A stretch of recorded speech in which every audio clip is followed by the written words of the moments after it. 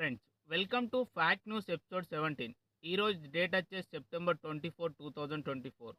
ఈరోజు fact news చూసుకున్నట్లయితే number 1 friends, Mukesh Ambani 1000 కోట్ల ఖరీదైన బోయింగ్ 737 మ్యాక్స్ 9 విమానాన్ని కొన్నాడు. అయితే ఈ విమానం గంటకి 838 కిలోమీటర్ స్పీడ్తో నాన్ స్టాప్గా 11,700 కిలోమీటర్లు ప్రయాణించగలదు. ఈ విమానం లోపల ముఖేష్ అంబానీ ఇంట్రెస్ట్కు తగ్గట్టుగా రీమోడల్ చేయించాడు. ఇప్పటికే ముఖేష్ అంబానీకి 9 ప్రైవేట్ జెట్స్ ఉన్నాయి. దీంతో కలిపి 10 ప్రైవేట్ జెట్స్ ఉన్నాయి. నంబర్ 2 ఫ్రెండ్స్, హెజ్బొల్లా దేశంపై ఇజ్రాయిల్ అటాక్ చేసింది. అయితే ఈ అటాక్ లో 500 మంది చనిపోయారు.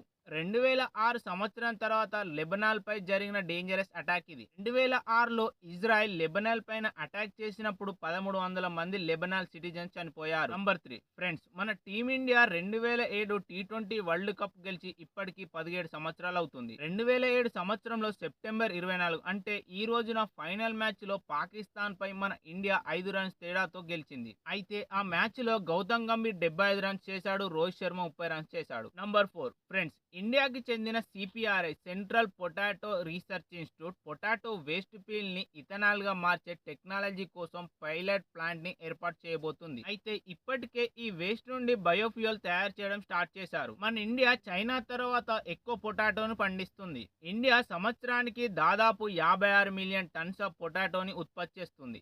పొటాటోస్ అనేవి కుళ్ళిపోయాక చిప్స్ ప్రాసెస్ తర్వాత 10% వేస్ట్ అవుతున్నాయి. సో బయోఫ్యూయల్ తయారు చేయడానికి ఈ కుళ్ళిపోయిన పొటాటోస్ ని యూజ్ చేస్తారు. నంబర్ 5 ఫ్రెండ్స్, మన పిఎం మోడీ గారు 3 రోజుల యుఎస్ఏ టూర్ లో కొన్ని ఇంపార్టెంట్ విషయాలపై చర్చించారు.